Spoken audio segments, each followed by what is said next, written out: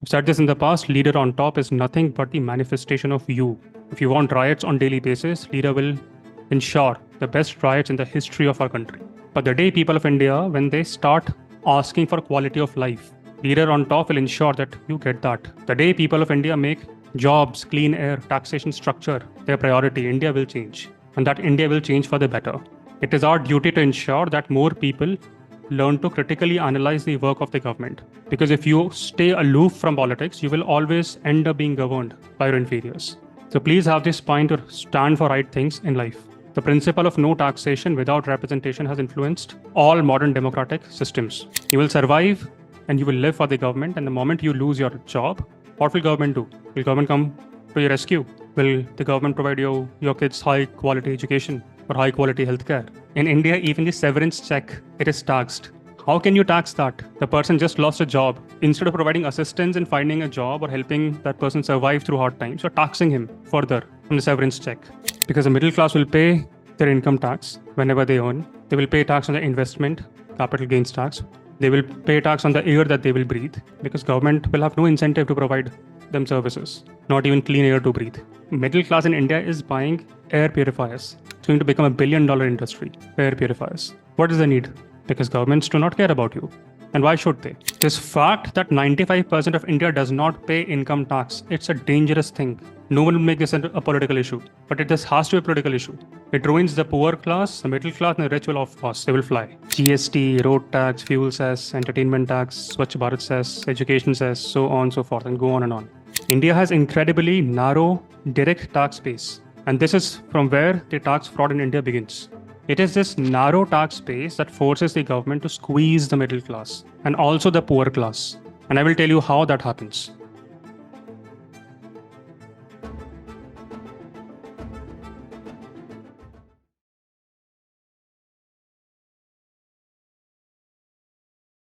When we are putting a trade for retail investor, we are attracting number of taxes: CGST, IGST, stamp duty, STT, long-term capital gain tax. So today, government of India is earning more than the broker. I'm investing everything. I am taking a whole lot of risk, and government of India is taking away entire profit of mine. You are my sleeping partner. I am a working partner with my finance, my risk, my staff, everything. So what do you want to say on this? In Bombay, today, if anybody wants to buy a house, is a nightmare. Because I am paying tax, I have white money. Now we have to pay everything by check. Mr. Lodha will not accept cash. So my bank balance is purely after paying all taxes to government of India. Again, when I am buying a house, I have to pay stamp duty, I have to pay GST, so that amounts to 11%. In a city of Bombay, when I am buying a house, 11% goes out of my pocket towards purchase of house. So how you will assist a small person with limited resources to buy a house, and how a broker can function with hordes of taxes, where government of India is my sleeping partner and I am a working partner with no income. Sorry, I told Shaina I have no answer for that, but a sleeping partner cannot answer sitting here. Let me show you a screenshot. This is one of the comments that I received on my YouTube. I have never met this guy, so I don't know why he's calling me pro, but let's read through it. Proportion of tax, income tax, whatever. I think a few days ago, my team uploaded a video and it had a theme to it, an underlying theme. That why is everything so expensive in India, and how everyone in India is being taxed. One of the biggest ills of India is India's over-reliance on indirect taxes. Why? Because indirect taxes are regressive in nature. Ambani ji and Ambani ji's driver, they will pay the same tax if they were to buy toffee for their kids. They both will pay the same 12% GST if they were to buy packaged ghee for kitchen. They both will pay 18% GST if they were to enroll in an online course. But the impact that tax will have on Ambaniji's driver will be much more than the impact it will have on Ambaniji. So this is the biggest ill in my mind in India. India's over-reliance on indirect taxes. Why? Because they're aggressive at a foundational level. Until that time, when I read that comment, and there are many such comments, I thought the biggest ill for India is India's over-reliance on indirect taxes. GST, road tax, fuel cess, entertainment tax, Swachh Bharat cess, education cess, so on and so forth, and go on and on. These cesses, these indirect taxes, they are regressive because they impact all the consumers regardless of income. That was the biggest ill I thought, but I was wrong. The biggest ill in India is the utter arrogance combined with utter ignorance of some of the people of my country. And that is a sad reality that we live in. They have already formed their biases, and they will never change their biases. People of my country, they legit think with utmost arrogance, utmost ignorance, as you could see in that screenshot. How can poor people pay tax? They don't have income. There is no income tax. You should watch whatever videos. This is another problem. Over-reliance on YouTube for any kind of education content. Free education is not always good. You have to look at the source, look at the author, analyze the credibility of the author. That person believed that income tax is the only tax in India. And with that, he formed a conclusion. Income tax is one of the many direct taxes, and then you have slew of indirect taxes. Only 4.8% of India's total population pays income tax. That's it. And I'm not quoting any random source. I'm quoting the government's own source, Economic Survey of India. India has incredibly narrow direct tax base. And this is from where the tax fraud in India begins. It is this narrow tax base that forces the government to squeeze the middle class and also the poor class. And I will tell you how that happens. And by middle class, I mean even those folks who run small MSMEs or perhaps work in management consulting or Infosys or whatever jobs they do. But let's talk about this point. Poor don't pay tax. How can income tax is paid only by the rich? You may not pay income tax, but you are paying unscrupulous amount of indirect tax. And over-reliance on this indirect tax in India is making life of an Indian as hell. You will be surprised to know that petrol prices in Pakistan are less than what we have in India. Why? Because government has no option. If 95% of India is supposedly a free rider, and I'm using the word supposedly, the government will have to rely on indirect taxes because government needs money to function. And that is why your daily commodities are expensive and will keep on getting expensive, given your per capita income standards. I've said this time and again, people of India should realize indirect taxes by their very nature are regressive. Not just that, one of the biggest ills is this narrow tax-based policy. 95% of India wrongly thinks that they pay no tax. That income tax is the only tax in the world. Just saw a screenshot. I'm astounded that is what people of India think. And this is one person who has the internet, who has the time, who has the ability to comprehend English. And that is what they're commenting. And if they don't pay tax, that translates down to weak democratic structures. Why? Why does that happen? Because when individuals believe that they are not paying taxes, they will feel less invested in how government's funds are used. That's the reason why West Asian autocracies or monarchies or whatever, they don't tax their citizens. Otherwise, citizens will demand accountability.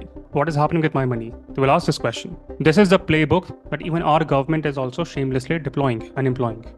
And that is fine. My concern is people of India, they don't question this.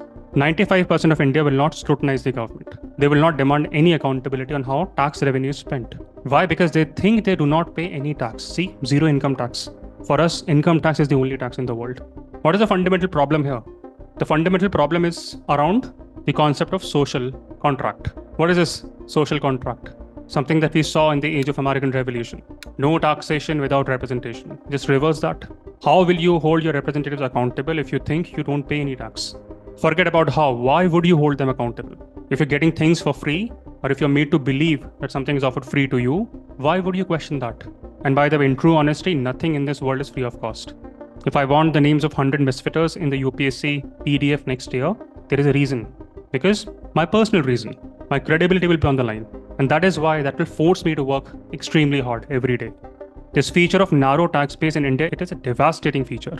Not just for the poor of India, it's dangerous for them because they are going to be taxed indirectly, but it's also devastating for middle class because the middle class will pay their income tax whenever they earn. They will pay tax on the investment, capital gains tax. They will pay tax on the air that they will breathe because government will have no incentive to provide them services, not even clean air to breathe. Middle class in India is buying air purifiers. It's going to become $1 billion industry, air purifiers. What is the need? Because governments do not care about you. And why should they? Because you are less than 5%. Your voice does not even matter.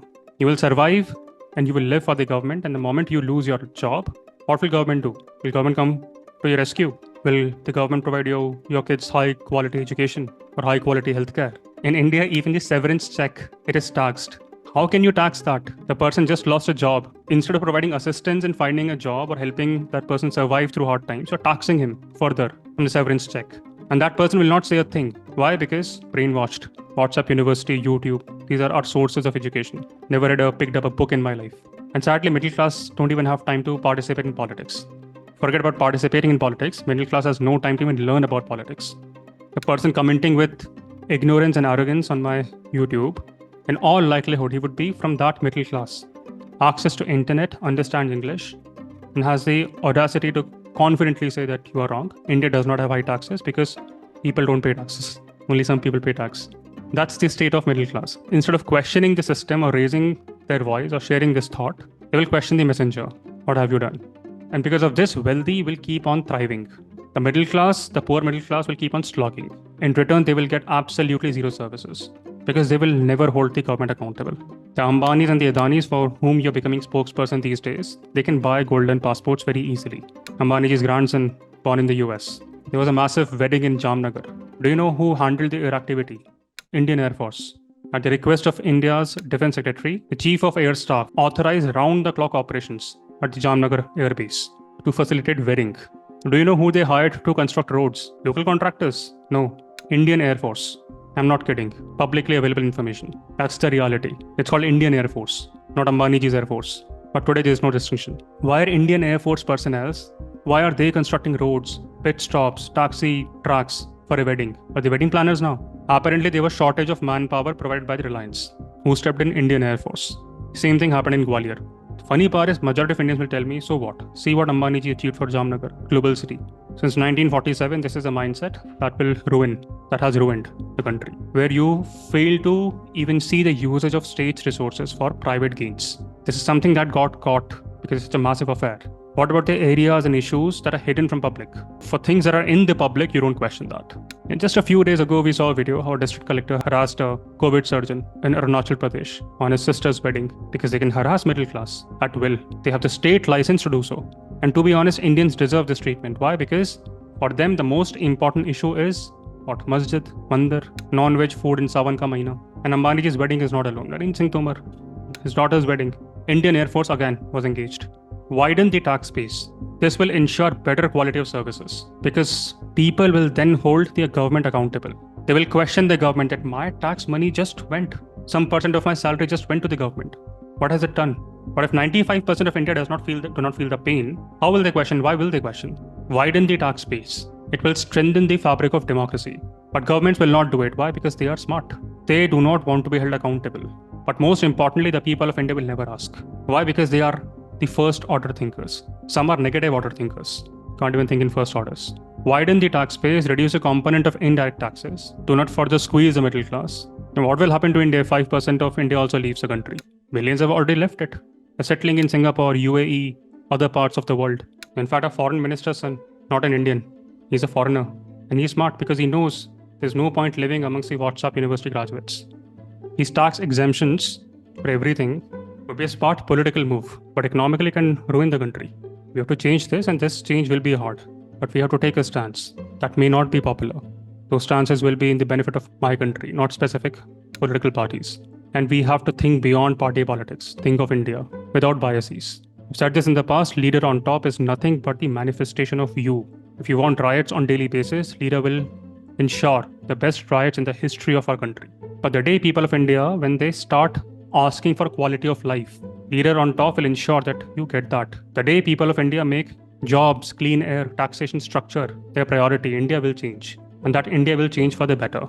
It is our duty to ensure that more people learn to critically analyze the work of the government. Because if you stay aloof from politics, you will always end up being governed by your inferiors. So please have this spine to stand for right things in life. The principle of no taxation without representation has influenced all modern democratic systems. Taxes, government spending decisions, they are to be made by those who are accountable to the voters. Today, technology has made things very easy for the government.